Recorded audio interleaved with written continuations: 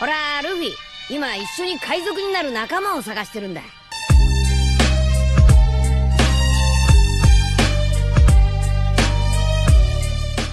Hello guys, welcome to my channel The Wandering Zoro, your go-to destination for anime-related content.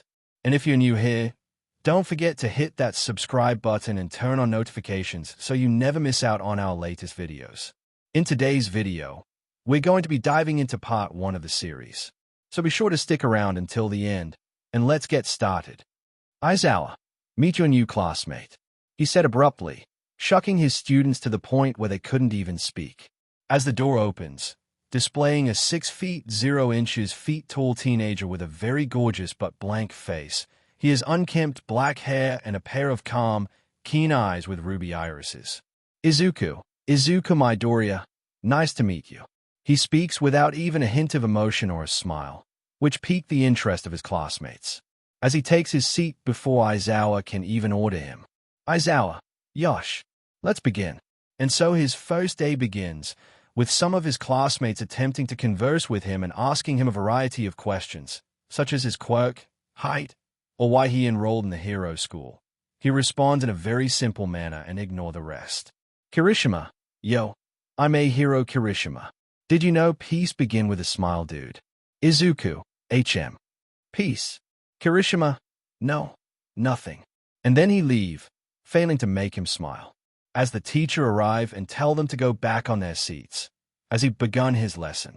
All Might, you must learn to study the villains you are fighting, even if only for a short period of time, such as their weaknesses, flaws, and weakest point. It's win to save or save to win. Oh, hi. All Might. All right, everyone. Can someone give me an example of the human weakest body part? Then, Izuku was able to raise his hand first, as All Might smile and point at him. All Might, you, Izuku, temples. All Might, can you explain why?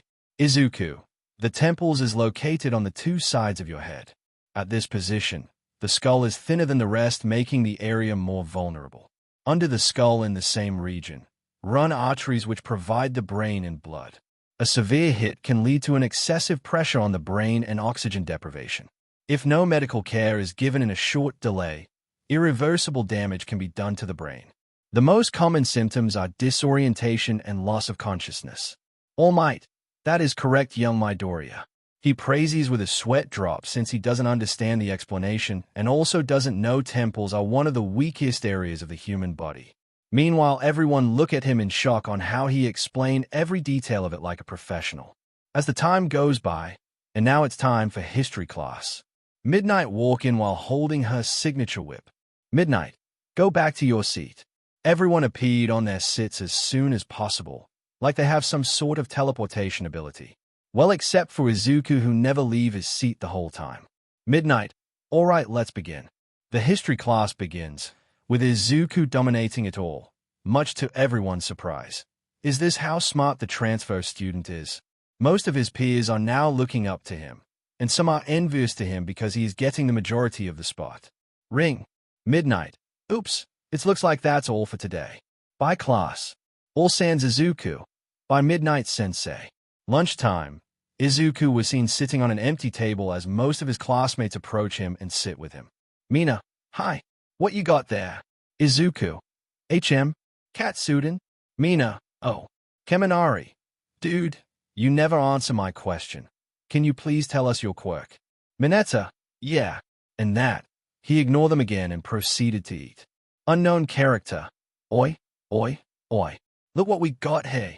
A new face, said by an arrogant dude with ugly grin on his face as he attempted on accidentally drop his food on him, but bang. Izuku quickly performed a roundhouse kick that not even Aelio's naked sight can't caught a glimpse of it. Unknown character, you bastard. He yelled as he turned around and attempted to stand up, but was stopped by the sight of a sword tip near his eye.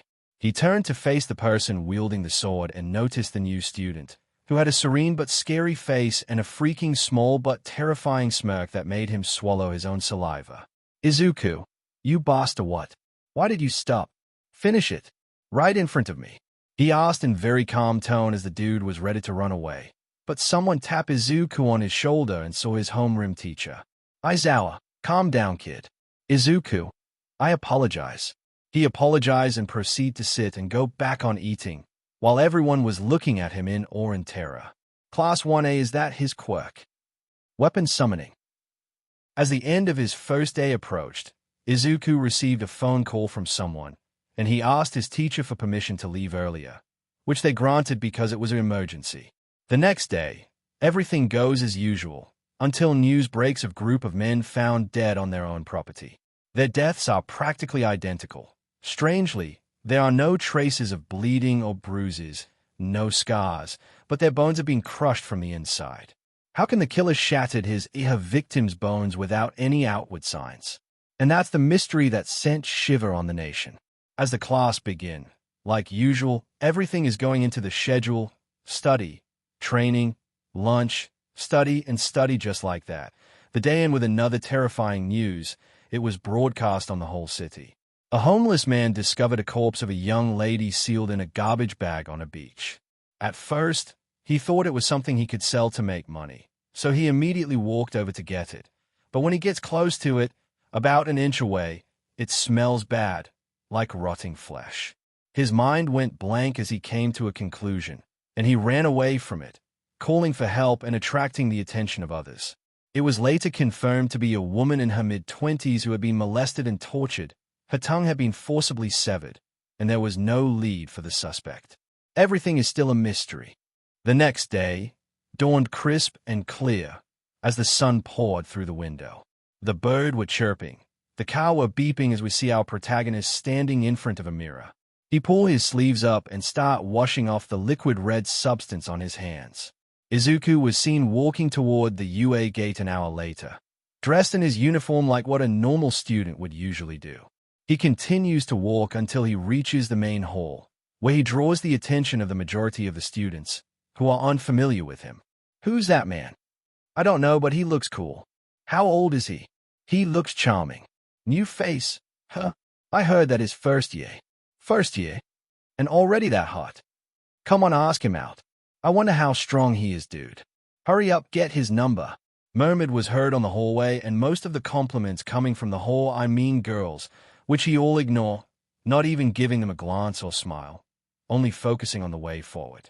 Izuku thoughts, TCH, disgusting.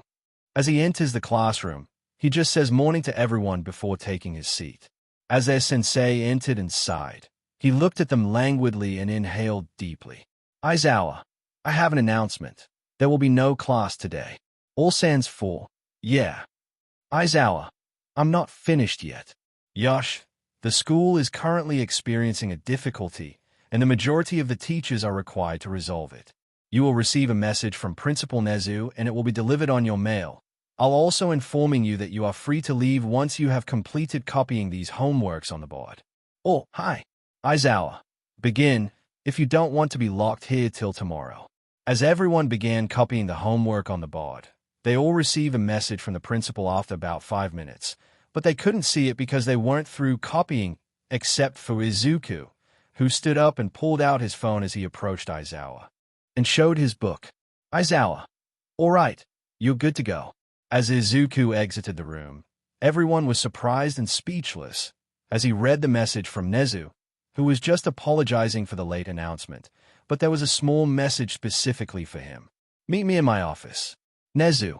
Izuku simply sighed and walked calmly into the principal's office, oblivious to everyone else's presence, as he entered without knocking and saw Nezu standing near the window. Izuku, why did you call me? Nezu, well, I'm just going to ask your experience here in today. Is everything going well? Izuku, not the hero school that I expected. Everything is going smooth and well, except for that student you sent after me during lunch on my first day. Nezu, I see. As I expected from you. All right, that's all. Thank you for your time. Izuku just simply give him a nod and respond before walking out of the room, as he walks outside and proceed on the train station. After a long time, Izuku finally arrived home. His house isn't that big, like what most of the students have. His house only has enough room for 2 to 3 people. As he walks inside his room, drops his bag, and grabs a change of clothes, he heads into the bathroom and takes a fast shower. After a few minutes, Izuku was seen drying his hair in front of a human-sized mirror. Suddenly, he felt his head arching, his vision become blurry as grabbed his head with both hands. He looked in the mirror and saw an image of a little boy crying and seemingly walking towards him. Unknown character. Please, help me. Please. The boy begs. His words are cracked. Those voice and words reverberated in Izuku's mind as his eyes flash red and he unconsciously punches the mirror, shattering it and cutting his fist as vital fluid gushed out. Izuku, oh no. He spoke calmly as he walked over to his desk and took out an emergency kit, pouring alcohol on his wounds and wrapping them in bandages. Izuku, what the hell is that? He wondered to himself as he sighed and gazed at the ceiling. Staring at the ceiling in his room feels like everything comes to a halt. The world, time, everything. Peace. Hope to see the world in the future like this. After about 30 minutes, he stand up and put some clothes on, deciding to walk around to take fresh air. After the searing heat of the day, which he dislikes, he always prepare the endless night. The endless calm night. Wind chimes silent in the wind. As we saw our protagonist sitting on a bench. He looked around and saw many people having a good time together. Children were playing, adults were conversing, and everyone was having a good time. Unknown character. Midoriya-san? Izuku? HM? Who might you be? Shiozaki. I apologize for my rudeness. My name is Shiozaki Ibora. Izuku. Nice to meet you. How did you know my name? Shiozaki. You're the center of gossip in our school. Everyone knows you. Izuku. I see. So why are you here? Shiozaki. I'm just wondering. What are you doing here? Alone? Izuku. Why not asking yourself? Aren't you alone too? Shiozaki. Hey. Yes. I'm here by myself. It's my job to sell flowers in the park since my family runs a flower business. Izuku. Never expect that from you. Hey. You must be tired. Take a seat. Shiozaki. Oh, thank you. As she saw Izuku move and make a space for her to sit, she sat down and placed her hand to her tight and looked at the sky. Shiozaki, you're very different than what I expected. Izuku, huh? Shiozaki, everyone says you're cold, not talkative. Some says you're rude, and some says you just want spotlights. Izuku, I'm not really surprised if you'll believe them. These days, people are quick to judge but slow to correct themselves. Shiozaki, I hope God send them to hell. Izuku. The heck? Shiozaki. Oh, did I say it loud? Izuku. Why do you think I react? Shiozaki. Please forget about it. I'll take my leave now. I gotta go and sell all of these before the clock strikes 8. She responds as she stand up, but quickly got back on sitting because of Izuku pulling her back. Izuku. Don't. Shiozaki. What? Izuku. At this moment, I want someone to talk to. I'll take all your stuff. Just sit here and join me. Shiozaki. No, you don't need to do that. Izuku. Sit. Izuku was seen sitting on his desk as his phone suddenly rang. Izuku. Oh, Nezu. As he answered the phone. Nezu. Good morning, Midoriya. Izuku. Let's get straight to the point. Nezu. Oh. Can you please come here in U.A? Or if you want, I'll send someone to pick you up. Izuku. For what? Nezu. A special battle. Izuku. Do you really think you can make me fight as you please? Nezu. Then why did you fight the student I sent after you? Izuku. That's not even a fight. I just bully him. Then he puts the phone on Do Not Disturb mode and walks to his bed, where he drops himself and falls asleep. The next day, the class was seen walking back to their seats as Aizawa entered. Aizawa, now that the problem has been solved, we will resume our regular class, but this time with greater depth. Please enter, he announced as he looked at the entrance, which perplexed his classmates, and 3 students entered. Aizawa, pay attention, the 3rd-year UA student who ranks first among all current UA students. Known as the Big 3. Zero, standing on the top of all students, U. Big 3. Mina, Big 3. Ida, the crown among the splendid U. students. Momo, the students whose close is to become pro-heroes. Aizawa, all right, can you introduce yourself briefly? Let's start with a Magiki. 3 minutes later. Nejaya, I'm Nejaya Heido. We were asked to talk to you guys about work studies.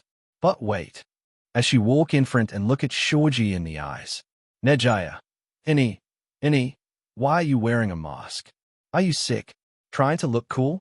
Shoji. This is because in the past. Nejaya. Ashido-san. If your horns break off, will new one will grow? Can you make them move? Before Ashido could answer, Nejaya then walks in the middle of Izuku and Todoroki, looking at them with curiosity. Nejaya. You must be my Doria and Todoroki. Todoroki. That's. Nejaya. You two are pretty famous among the first year. I heard my Doria is very smart and Todoroki is very strong. Aizawa. Let's waste no time. Mirio. Hi, Eraserhead. He responded, which caught the attention of everyone, as Nejaya walked back next to him. Mirio. Why don't you all fight me at once? All sans one. What? Sato. Fight you? Ojiro. Outer blue? Mirio. It's the most rational to have you all experience our experience firsthand. Right? What do you think? Eraserhead. Aizawa. Do what you want. After 10 minutes, the entire class was spotted on the training ground, dressed in their PE uniforms, as the big three and Aizawa entered. Kirishima. Are you serious? Mirio. Very serious. As the class walk in the middle of the battlefield, leaving Bakugo, Todoroki, and Izuku standing in the corner with Aizawa. Imagiki. Mirio, you don't have to do this for work studies. It would have been enough for us to say, this is how it was and I learned a lot from it. Not everyone is filled to the brim with ambition. We can't end up with kids who are unable to recover after this. He said while looking at the wall. Mineta. Huh? Kirishima. What does he mean by unable to recover? He asked while cracking his knuckles. Nejaya. Listen. Did you guys know there was a student back then who got so frustrated? She said while playing with Mina's horn. Nejaya. That student quit on becoming a hero, and that caused all sorts of problem. It's though, isn't it, Tagata? If you don't think things would go properly, this will be a problem, a big problem. Mina, please stop. Tokurami, Matt Kudasi, we fought pros, even though there's a handicap in place. Kirishima, and we fought villains before. Do we look like a small fry to you that you need to worry about us? Mirio, yeah, you can come at me anytime, and anywhere. Who's first? Kirishima, I'll. Ida, here I come. Kirishima, it's Ida. Unexpected. Aizawa, this is a good opportunity for all of you. Make sure to learn from this experience. Sato, the close combat should surround him all at once. All, yeah, as everyone activates their quirk and smile. Kirishima, well then, senpai, thanks for showing us this kindness. We look forward for your teaching. As they rush forward, Mirio's clothes fall to the ground. As Sato attempts to kick his face but his feet slip on his head, Mirio grins and proceeds to beat everyone who has a long-range quirk in a short amount of time. Kaminari. What? He can warp. Ojiro. His quirk isn't only can make him slip on things. Kirishima. What kind of strong quirk is that? As they look at their classmates who have been knocked out and are lying on the ground while clutching their stomachs. Mirio. Power. Aizawa. Tagata Mirio. As far as I know, he's the man who's closest on holding the #1 spot, including the pros. He whispered in hushed tones only the other those students besides him could hear. That surprised the two, except for our protagonist, who is currently leaning against the wall with his hand crossed, unimpressed at all. Shoto. He beat more than half of them in an instant. Katsuki. What kind of training he did? Shoto Katsuki thoughts. He's the closest on holding the #1 spot. Aizawa. Why don't you three join them? It's not like you aren't interested in being the #1, right? Shoto, we didn't get our provisional license, so. As they watch the strongest member of the big three thrashing their classmates into the ground like they're just a normal punching bag. Mirio, power. Meanwhile, on the opposite side of the training ground, Izuku was seen taking a step forward beside his sensei and casting a distant glance at Mirio. Aizawa, permission granted. He understands the assignment, which Bakugo and Todoroki find surprising.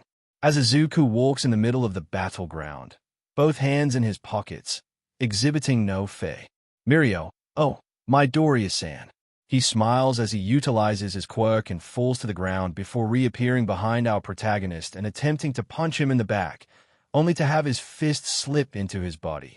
Izuku vanished from his spot and appeared on Mirio's back, with his hand still inside his pocket, kicking him in the neck and sending him a quite distance.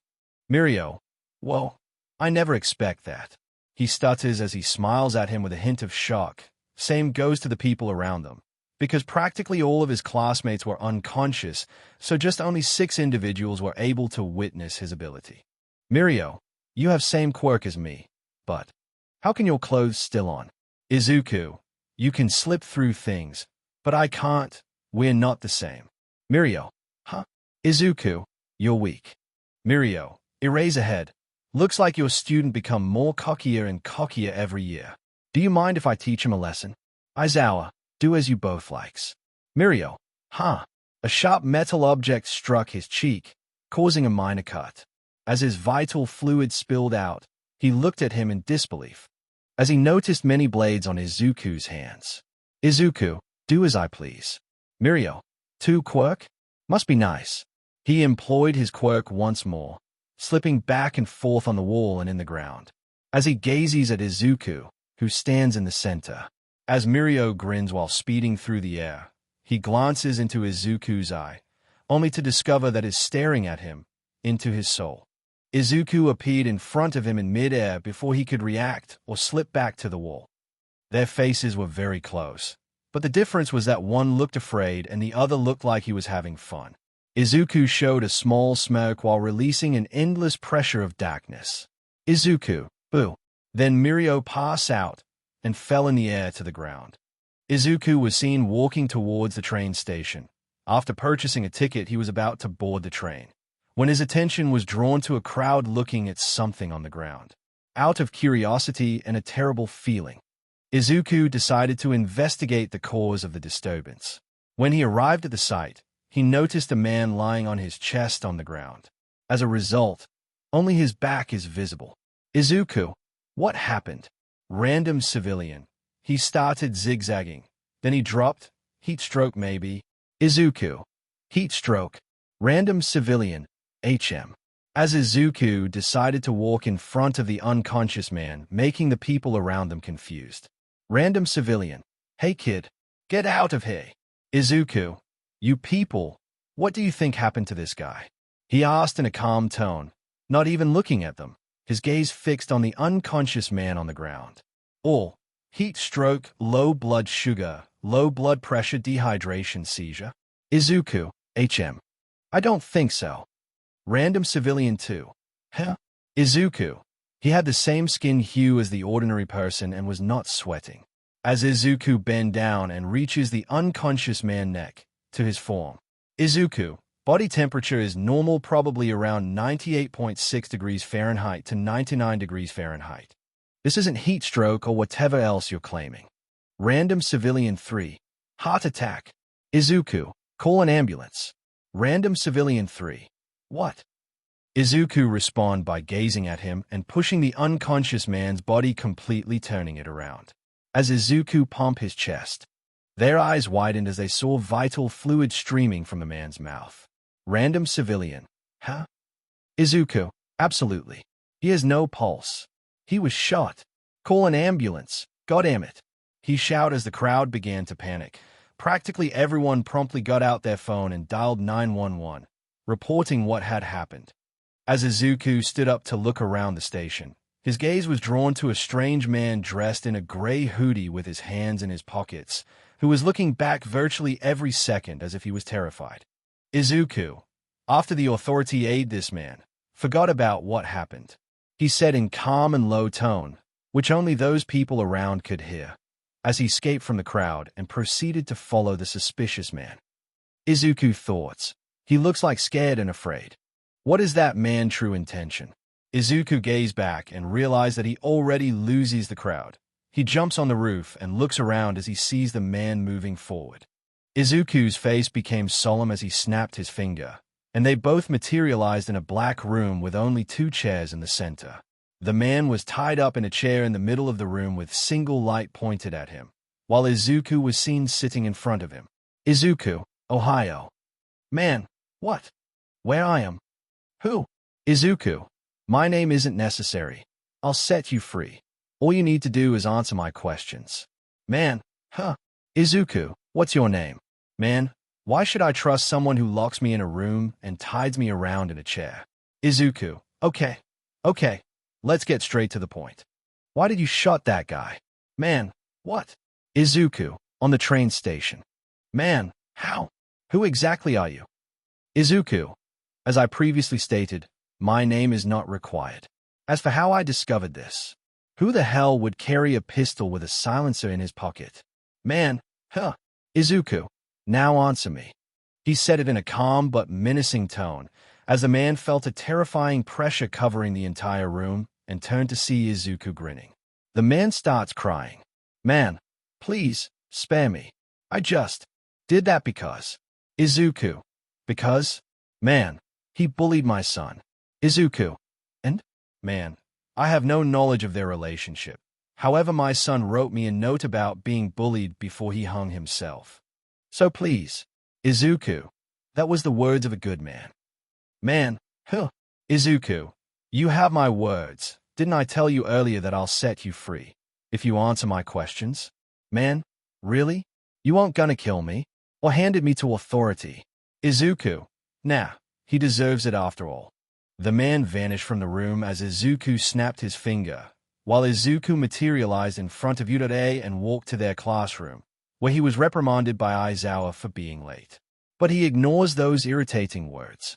During his lunch break, Izuku was seen standing outside a specific door, leaning against the wall and crossing his hand to another. As the door opens and the students begin to go out, Izuku sighed as he heard that familiar voice. Unknown character, Shiozaki-san. Let's go. Shiozaki, I'm sorry, but I have to decline since I have very important thing to do. Unknown character. What? A boy? Unknown character. Your boyfriend? Shiozaki. No. When they exited the classroom and spotted Izuku standing beside their classroom door, their eyes widened as he sighed and turned to face them and stared at the vine-hair girl. Izuku, as I promise, Shiozaki-san.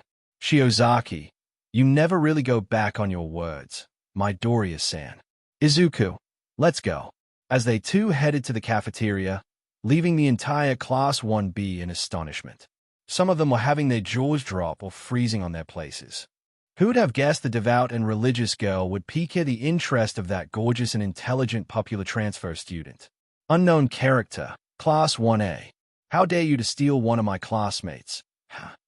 Said in angry tone by a blonde-hair boy, as he was knocked unconscious before he could even make a scene, courtesy by their big sis. Itsuka Kendo. Itsuka, no one's still her.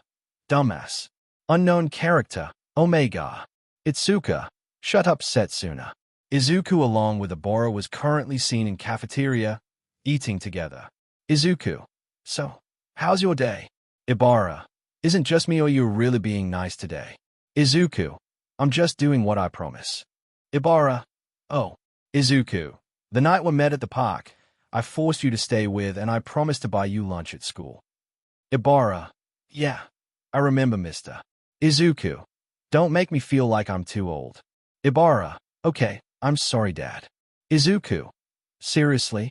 Ibara, you hiding something didn't you? Izuku, huh? He stuttered, taken aback from her sudden question.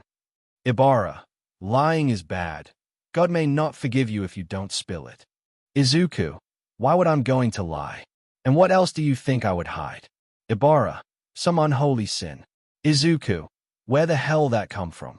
Ibara, stop cursing. Izuku, hi. Ibara, so how's your day? Izuku, it's fine, except for Aizawa-sensei scolding me early in the morning for being late in class. Ibara, scold? They said the Class 1A homeroom teacher are pretty strict. They also said that he could expel anyone based on their behavior and... Izuku, that's true, but is doing that if he knows that student doesn't have the right and essence of becoming a hero. Ibara, I see. So it means do you really want to be a hero? Izuku, yeah, come to think. He wasn't there to become a hero. In fact, he despises the idea of being a hero. He was there for only 2 reasons. He isn't aware of it till now. Ring. The bell ring as most of the students stand up. He sighs as he look at the girl in front of him. Izuku, looks like. Ibarra. Yeah, but I would like to know your answer tomorrow. Izuku, oh come on. Then his phone vibrated. He pulled it out and saw the message. His eyes widened as he rushed inside the recovery girl's office. Since he had spent over 6 years learning to manage his body temperature, on his walk to the recovery girl's office, he gradually raised his temperature, making his entire body hot and act like he was feeling ill, which quickly drew the notice of the other students leaving the office. As they assist him to get inside and place him on the bed, Izuku thanks them as recovery girl comes in to check him. Her eyes widen when she sees the findings of his body temperature. Recovery girl, you have a high fever. Kid, stay here and relax. Don't worry about your lesson. I'll send you out when you feel better. I'll inform your teacher of the situation. Izuku, thanks Kafyu. Recovery girl just gave him a nod in response as she left the room. Since each patient gets their own room, Izuku was left alone. He became serious as he stood up and checked the outside if there's someone. He quickly grabs the pillow and shapes it into a sleeping person, covering it with a blanket while he places a small camera under the bed before disappearing from the room. Izuku thoughts, why now? He was observed standing on his wardrobe, grabbing an all-black tuxedo, pants, shoes, fedora, and pair of black gloves. As he exited his apartment and noticed a black limousine waiting for him outside, he swiftly boards and takes a seat. Izuku, let's go. The driver nods as he drives away. After about 10 minutes they arrive at their destination, a large abandoned state. They proceed to walk inside the state, which does appear to be abandoned. From the outside, Izuku, how nostalgic. As he sat on a highly flappy couch with his legs crossed to another, a maid approached him from his left and brought him a drink of whiskey. A man in a black suit approached him from his right and handed him a book. Izuku, thanks. As they leave, Izuku looked at the person in front of him with serious expression. Izuku, am I fired? Unknown character, no. Izuku, so why did you summon me? Unknown character, we've come to remind you of your mission, the reason you went to hero school in the first place. Izuku, is there any problem with my actions? Unknown character, no. Everything is proceeding as planned. You're doing great on protecting the entire city while also protecting the UA, like what Nezu requested. Izuku, okay? Unknown character, is there anything strange you notice around? Izuku, strange? Nah, I can't smell even a hint of danger. The whole city was in good condition. Unknown character, how about the school? Izuku, nothing is need to worry about it. Unknown character, I'm talking about the traitor and the League. Izuku, traitor? I have my eye on one individual, but I can't tell you who it is until my suspension is confirmed. What about League? They have yet to make their move or cause another incident at the school. Unknown character, I see. How about you? Do you feel any strange happening to you? Izuku, me? Strange? No, not a chance. Unknown character, even if I killed that vine-haired girl. Silence. The atmosphere began to shift, and a huge bloodlust blanketed the entire room, making everyone freak out and panic, as Izuku vanished from his seat and reappeared behind the person in front of him before. The man turned around. Izuku was carrying a scythe and sat on a broken cross when his entire body was obscured by shadow, and his eyes were only visible because the color was changing swiftly. Izuku, say it again. Unknown character. Huh. Izuku, I work according to my client's requests, but it doesn't make me their worker. Did you know it's possible for me to kill you and still get paid by your bank? What if I do it right now? He spoke in a calm yet scary tone while giving them an intimidating glare. His inconceivable scary aura began to increase, causing practically everyone to fall to their knees. Unknown character. No, I'm sorry. I didn't mean to offend you. Spay us. I'll triple the price. Ping. Everyone suddenly went back to normal as Izuku reappeared back to his seats and shook the man's hand. Izuku, it's a deal. Triple. Unknown character. Izuku then rises and exits the state, boarding the limousine and changing his clothing inside before reappearing back to Recovery Girl's workplace before anyone notices him. During the last few months, Izuku and Ibara's friendship grew stronger, and they were often with one another at lunch breaks, to the point where a rumor that they were dating spread across the school. But the two simply ignore the whispers and enjoy their time together. Izuku was delighted to be with her and accompanied him every day, and Ibara started feeling spark become a flame. Izuku: so, I guess see you tomorrow? Ibara: I'll send a message to you later. Please read it. Izuku: oh, okay, sure. And there is something I want to tell you later. Ibara: later, bye. She returned to their classroom, leaving Izuku perplexed by her peculiar behavior. But he smiles, oblivious to the warm sensation that has taken over his chest. He was aware of the feeling, but never understand the meaning. Izuku: later Gators. As he head back to his classroom, time run fast as a result of waiting for her message, and the lesson ended as he was observed walking through the gate. His phone suddenly vibrated, prompting him to pick it up. As soon as he received the messages from Ibara: Vine Hair Beauty, the rumor of us is spreading wider. My parents find out and they ask me if there's a chance for them to see you. Here's my address, I'll be waiting for you. Izuku: oh come on. I was about to ask her, why now?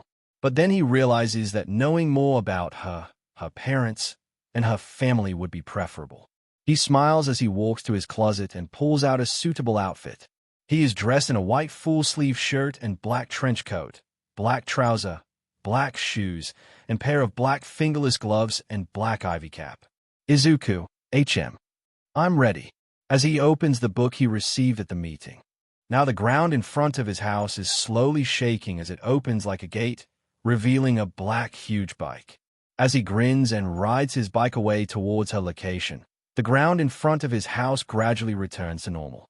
He stopped at a store first to buy a small present for her parents before heading straight to the Ibara's house, as he already had the gift he wanted to give her. He then continues driving until he reaches the Shiozaki residence. As he presses the doorbell, a guy with vine hair, similar to Ibara, opens the door. But the vines on his head are brown, leading Izuku to believe that the man in front of him is Ibara's father. Unknown character: who are you? He asks while giving Izuku a serious stare. Izuku sigh and show a smile. Izuku: I'm Izuku Midoriya, sir.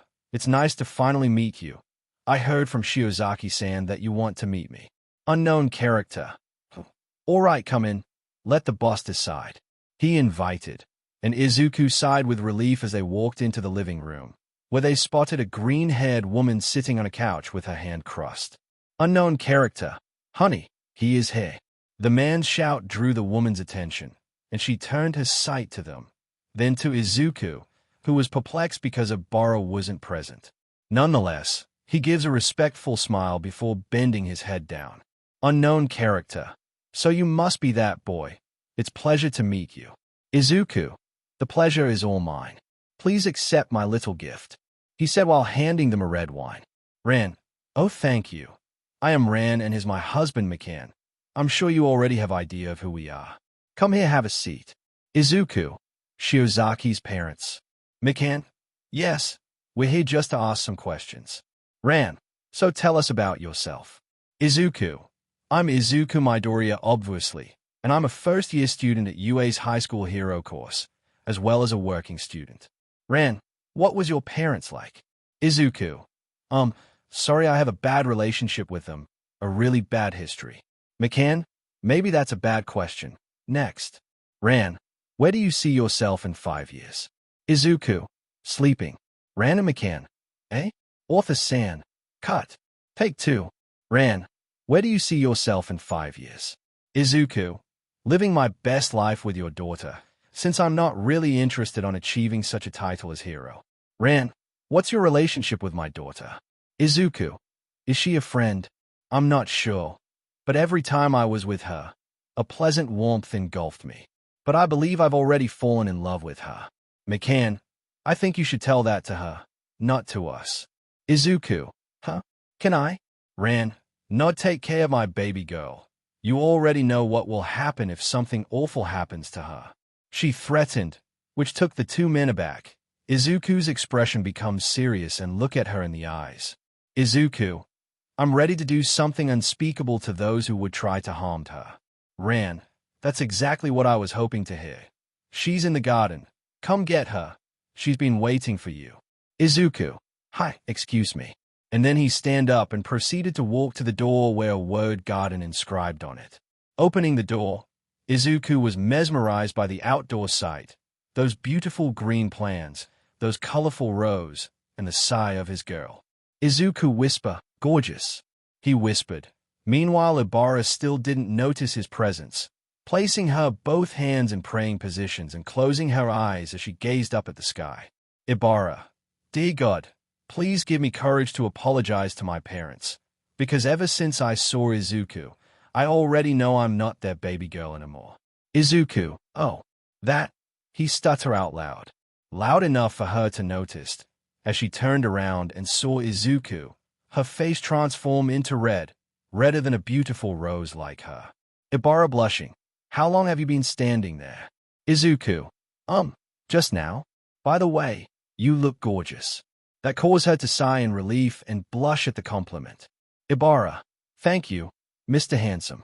Izuku smiled as he walks closer to her, as she softly looked at him in the eyes, as Izuku once again got mesmerized. Izuku, Ibarra, I have something to tell you. Ibarra, oh wait, that's awkward, please go ahead. Izuku, can I court you? Yeah, straight to the point. The vine-haired beauty gasped and blushed, as she smiled and looked at him in the eyes. Ibarra, no, you don't need to. Izuku, huh, Ibarra, because I want to ask you to be my boyfriend. Izuku, huh, really? Right now? Ibarra, nod. Izuku, faint. During the following days, Izuku and his girl spend more time together, away from drama. No matter how many people tried on asking them about their relationship, they simply replied that they prefer to keep it hidden until they are ready to face everything.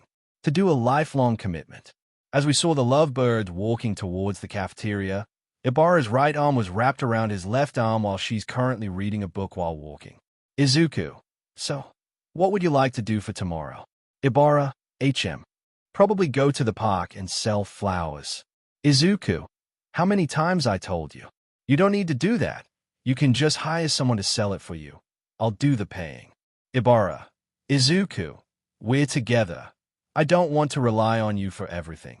I want us to grow and learn on our own. Let's grow together. You and I. Izuku, perfect. Okay, but in one condition. Ibarra, what? Do we need a condition? Izuku, I want to go with you. I'll help. Ibarra, all right, if you say so. Izuku, that's my girl. He says it confidently as he kisses her on the forehead, causing the vine-haired beauty's cheeks to flush pink, as the two proceed to go to the cafeteria. However, they are unaware that someone is watching and saw everything that occurs. Oh. Grin. Shiozaki-chan delivered exactly what I expected. She's quite nice, and she is a caring and supporting boyfriend. Hell yeah. A feminine voice squeals in a low tone, happy to see her friend with someone who loves her as much as she loves him. Meanwhile, as soon as Izuku and Ibarra entered the cafeteria, all eyes were locked to them, mostly on Izuku, as they heard some murmuring and whispering.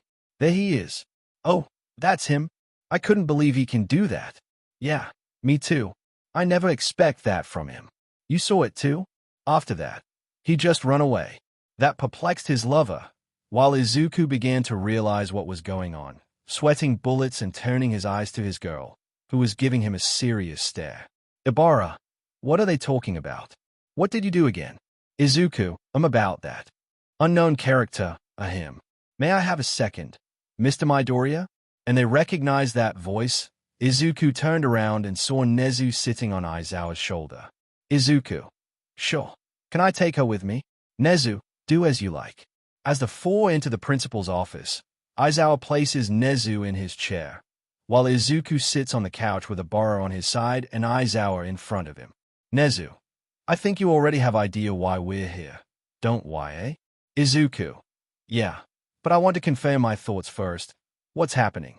Nezu, someone surreptitiously filmed you when you were boarding a train, and the video of you saving that man's life was spread across the city. Watch. That's not surprising, given that Izuku had completely dropped his guard at the time. while Ibarra was still staring at him. Her eyes were like asking if everything she had just heard was true, which Izuku understood and responded with a simple nod. As Nezu opens his laptop and shows the footage. Izuku, how many people are watching this right now? Nezu, around 60K. We still have time to take it down before it spreads further. Izuku, please do. It will be inconvenient for me if that tape wanders around. I'm already dealing with some obnoxious individuals. Nezu, of course. Then what are your plans for those reporters that are waiting for you outside? Izuku, can I kill them? Nezu, huh. Izuku, just kidding. I'll probably put on another dumb disguise. It never gets old. Ibarra, kill? Disguise? Again? What exactly is going on right now? Izuku, tell me. Izuku, calm down. I'm just kidding. Don't worry. Everything will be okay. After all, isn't that what heroes do? To save people? Ibarra, you have something to hide. I knew it. Izuku, the right time will come and you will receive your answer. From now on, let's watch each other first. So please. Ibarra, don't ever talk to me again if that right time never comes. Izuku, you have my words. Ibarra, let's go. Izuku, hi, Commander. And then, the two leaves the office, leaving Aizawa confused. Aizawa, what's the matter with them two? Nezu, that's his girl. She's entitled to know everything. But Mr. Midoriya should muster all his bravery and tell her everything. Aizawa, what are you talking about? Did I miss something? In the way you two talk, it seems like you've known each other for a long time. Nezu, yeah. As the lesson ended, Izuku and his girl were seen in her yard, picking all the flowers they would sell. As they head to the park to sell flowers together, Izuku delighted when he sees his girl quietly smiling while presenting a pink rose to a little girl. His heart began to pound suddenly. Izuku, the spark. It never gets old boring. 3 months later, more news about murders shake the whole city. None of them had idea or lead to the suspect. But there's a problem, and it's not because of the killer. It's because of those who believe the killer isn't to blame, despite the fact that he practically killing. They discover all of his victims had done something heinous multiple times in their lives. Some engage in illegal activities such as illegal trafficking, human trafficking, and abuse. People are now disputing who is correct and who is incorrect. He is vigilante. He avenged my father. He is a hero. He didn't do wrong. They deserves it. That is what people are yelling, and it is causing a major dilemma for the government and hero society. Meanwhile, despite all of the issues, Ibarra and Izuku's connection becomes stronger and stronger, and people begin to notice. The endless calm night arrived. Wind chimes silent in the wind, as we saw our protagonist sitting on a couch in the same room where he kept all those secrets. Behind those handsome and stone face, it holds some terrifying secrets. Izuku, death can be blessing. Unknown character, you call this death? Izuku, no. He responds calmly while smoking, turning around to face a group of prisoners he is now torturing, all of whom are bound by shackles around their arms and feet. Most of them were unconscious, spewing vital fluid, and covered in their own vital fluid. Some had knives stabbed into various areas of their bodies. Others had their tongues or one limb or leg severed. Izuku, this is what I called mercy. As he walks to that person who asked him earlier, it was a woman covered by her own vital fluids. Her left arm was cut. Izuku, and you deserve more mercy. A smirk travels across his face as he spits on that woman's face before kicking her in her private parts, causing her to scream in pain and agony, and cause her to open her lips, which Izuku takes the opportunity to toss his cigarette on her mouth. Izuku grin, eat it. Unknown character, no. Izuku, now you know the feeling of your son, the suffering he endured for a very long time. I bet he would laugh if he sees this sight of you. You filthy woman. Unknown character, I'm sorry. Izuku, it's too late for that. He is gone. As a gun appeared on his hand and bang! He then proceeded to blow the mother's head off, a mother who is a drug addict and prostitute, who is responsible for her son's death since she tortured him whenever she wanted till she had the gratification she desired. When Izuku tracks her down and takes her to his basement, he questions her about the whole thing, why she did it to her own son, and you know what she says. Because I want to, and I have no regrets.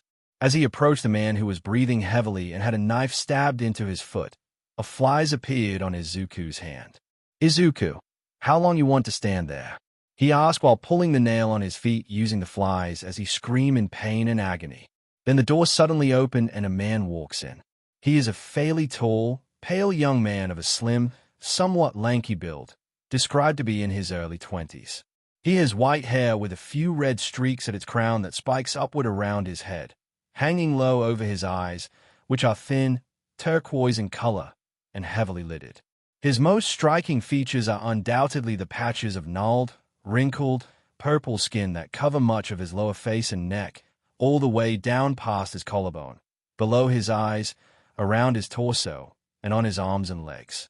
These appear to be attached to the rest of his skin by multiple, crude surgical staples or hoop piercings. Darby, how long you wanted to torture them? Diolo Verde. Izuku grin. Till I'm satisfied. What about you? What's your business, hey? Darby, you know it. To kill my father. Izuku. When? Darby. Now. Izuku. No, that's not possible. Darby. Huh? Izuku. The Midoriya clan arrange a meeting with Endeavor for their business. And when we got the information about their meeting place and time, that's the time we will make our move. Darby, you really despise your family, don't why, eh? Izuku, every single one of them.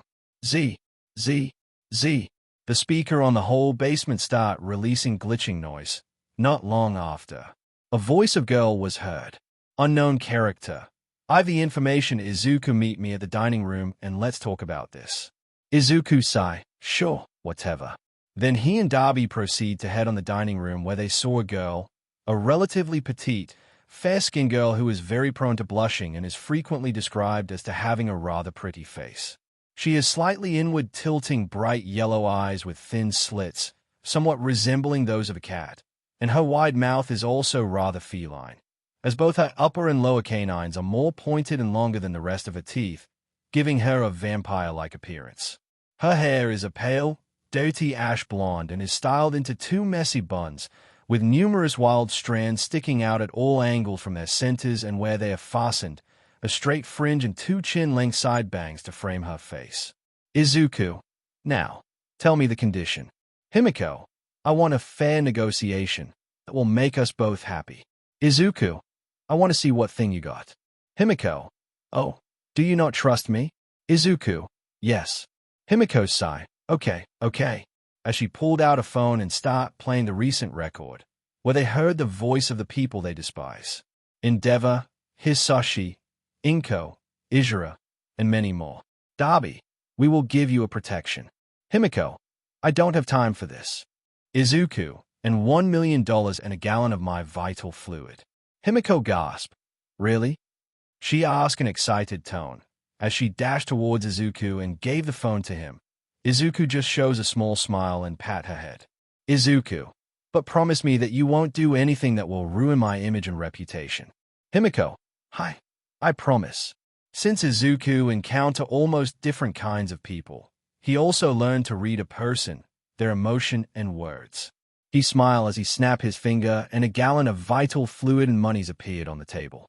Himiko, ha, I'm rich. Darby, so? He asked while gazing at Izuku. Izuku, it's our lucky day. We will make our move tomorrow. Tuia, I'm looking forward to that. I want to dance with him. Diolo Verde grin, and I will erase them. Tuia, what's your quirk again? Diolo Verde. Glitch. Name, Izuku Midoriya. Quirk, glitch. He can glitch any portion of his body, according to his description. It's similar to Setsuna's quirk, but his more up. He has the ability to teleport by glitching his whole body to the desired location. Non-living or living objects are glitched out of existence. Basically, deleting the existence of something or someone. Ability to glitch everything, including quirks. He has the ability to steal, manipulate, and remove quirks at will. The ability to change the composition, formula, and constituents of a chemical compound at will. For example, he can glitch a wood's chemical components, formula, and elements to convert it into metal or any other material he wants. Height, 6 feet 3 inches. Raita-san. Yeah, he's not a weapon summoner. He's glitching and changing the air into something he desires. Drawbacks, none, since he glitched his own quirk and erased the drawbacks from existence. Age, 18. Affiliation, student, the Diaulo Vede's boss. Alias, Diaulo Verde. Evil genius. Hair color, black. Eye color, crimson. Height, 6 feet 3 inches. Additional information. Izuku was skilled fighter. A very smart person. He's also the one who's responsible of the death of that 4 dude in the first chapter, since they are the people who assault the girl that was found in shore. Todoroki Toya. He continued to train his quirk in the hopes of surpassing Shoto and gaining his father's approval, despite of all the danger by using it. Toya even cried out of pure happiness when he saw his quirk evolve and his flames become stronger. Unfortunately, he lost control of his flames, which nearly killed him and burned him to death. After being in a coma for over 3 years with no possibility of waking up, he had already accepted his fate. But everything went upside down when he miraculously wake up. He escaped the hospital where he had been for years and returned home, hoping to win his father's approval, despite the fact that he discovered that he could no longer utilize his quirk and that he couldn't go back in time to alter everything. Yes, he returned home, despite the fact that his physique was weaker than before and he had nothing to look forward to in life. He wanted to see change, even if it was only a small shift. He still desired recognition from him. However, he was reminded once again. That day, he witnessed how Endeavor trained no, it's more like abuse his little brother. Nothing have changed. 3 years have passed, yet the same story continue. Izuku Midoriya. At the age of 4 went through the very hand of his abusive family, the Midoriyas. They are a family of killing machine who are born to be assassin. After learning about his lack of quirk, the worst start to come. He was portrayed by his clan as worker, disgrace, weak, and misfit who would never achieve anything. Izuku was slain after standing for himself and attempting to fight his father and older brother. That was their assumption. He lived because of his ability, despite all the bruises, wounds, and being severely hurt and on the verge of death. His quirk or ability shows up, allowing him to flee by faking his death by glitching the sound of his heartbeat. Toya died and Dabi was born. Izuku died and Verde was born. Their spirit and mind shows the words that this body that overcame even death was held together by the grace of vengeance. Izuku, let the show begin. Toya, you got it. As Izuku clicks the device on his hand, causing all the billboards around the nation to switch their shows. The screen displays a certain place where they saw Endeavor and the Midoriya family meeting on a town ruled by the Midoriyas, 2 of Japan's wealthiest and most respected families. As the screen changes again, it now shows 2 men standing far away from Endeavor and the Midoriya family. 2 men were observed standing in front of the screen. As he looks at the camera, one of them removes his shirt, revealing blood-curdling scars. Toya. I am Toya Todoroki, or you may know me as villain named Dabi, the eldest son of Endeavor. And today, I'd like everyone to know what exactly drove me to do such despicable acts. He explains, which causes a big silence on the whole nation, still cannot comprehend what they just heard. Toya. Once upon a time, Endeavor yearned for nothing but power. But when he found himself unable to surpass All Might, he despaired. To concoct even stronger quirks, my father forced the woman who would become my mother to marry him. That causes people to gasp, as they start murmuring while watching him spread his arms and shows all his scars. Toya, that's when my father created me, in pursuit of his selfish, egotistical dreams. But alas, I was a failed creation. It didn't take long for him to reject me. I was tossed aside and forgotten. Now, let me introduce my friend who helped me on everything. Diaulo Verde. He explained as Izuku walked beside him and showed his face. The chaos starting to begin. Everyone is focusing on the screen with the hope that everything they've heard was wrong. But on a 2-certain household, a vine-hair girl and the Todoroki siblings are crying. Izuku. A great time. Good day, everyone. Midoriya Izuku is my name. I'm a failed creation, just like Toya. The Midoriya, who you may know as a family of inventors and engineers, I was thrown aside by those who always desired power. He spoke with a huge, sinister grin, sending shivers down the spines of everyone watching. Izuku. No, they're telling lies. Those scumbags are a killing machine. A family of assassins who only want to see their family grow in power is the reason they pushed me away. I was powerless before, but not anymore. As the camera returned to Midoriya Town, they saw a blue large flame descend into the air, aiming at Endeavor and Midoriyas. Being a professional hero and coming from a family of assassins gives them a solid sense of how to avoid danger. They summon whatever thing they can utilize in battle, which is similar to activating their quirks. They investigated the source of the flame and discovered two figures hovering in mid-air. Unknown character. Oh, looks like they dodge it. Unknown character. I'm jealous. As the two drop on the land and face their enemy. Hisashi Endeavor. Who are you? Izura. Calm down. They're just a small fries. Let me handle them. He said arrogantly, which got a snicker from the two-figure. Izura. What's so funny about it? Huh? Idiot. The smoke begun to fade, as the face of the two-figure becoming more visible and visible. Toya. Idiot? Izuku. Don't call us that. Toya. We have a great name. Izuku. Call me Izuku. Toya. And call me Toya. Their words are almost enough to bring the world to a halt for Endeavor and the Midoriyas. Their eyes widen as though they glimpse a ghost. The people they thought had long died were standing directly in front of their sight. As Izuku activates his quirk, his irises turn blue and the sclera turns black, with light blue veins running across the eye and into the skin around it. He throws a succession of cuts as the air turns into a variety of blades. However, they easily avoid it. But Endeavor couldn't a blade stabbed into his palm. Izuku, killing you so soon is too nice. Toya, how about this? He inquires before releasing a large blue flame that nearly engulfed them and toasting them alive.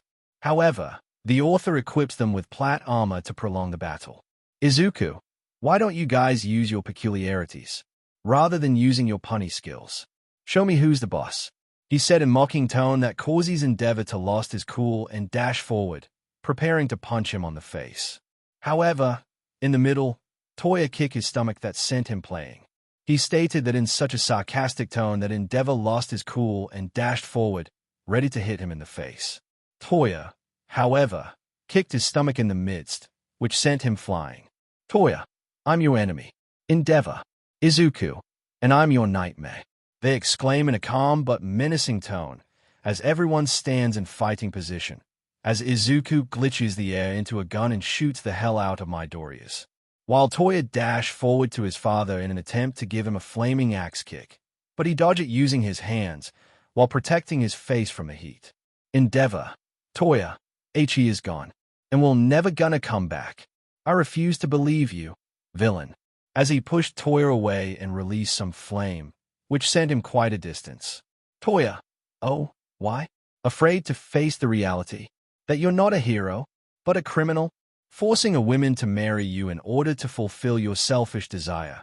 Where's the heroic deeds in that? Dad? As he released another series of flames which Endeavor copy in order to protect himself. While we could see Izuku dodging a blade from his older brother, he looked at him in the eyes and it showed no mercy.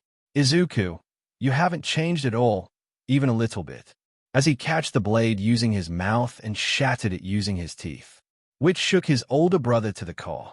Izuku, what's with that face? Nii-san? He asked in mocking tone before kicking Izura away. Izuku reappears in front of his mother and summons a knife, which he uses to stab into her stomach, before performing a hook kick, which is quickly followed by a roundhouse kick, which sends her flying. Izuku. Man, what a great person I have become.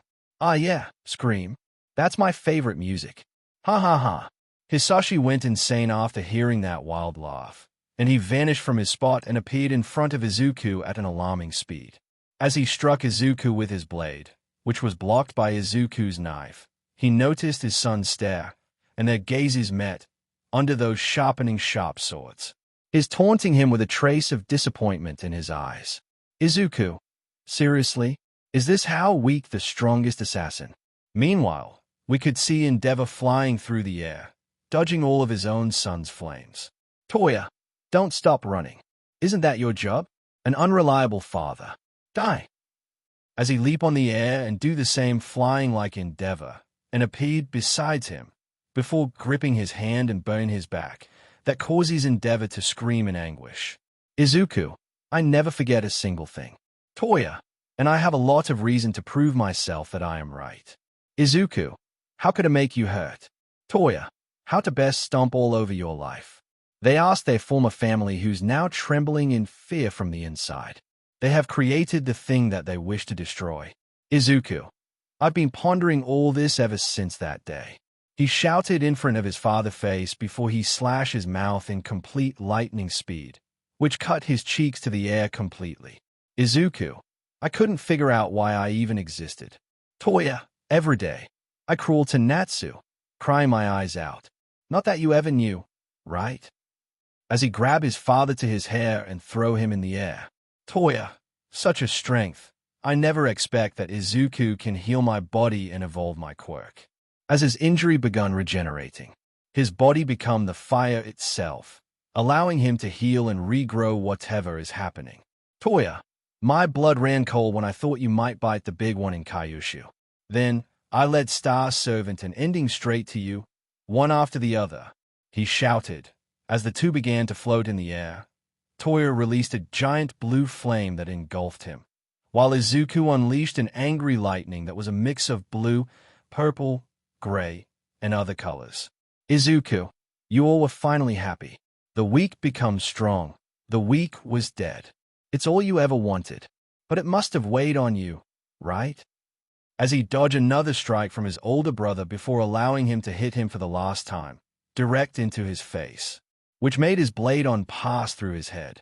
Izuku, wow, you really want me dead.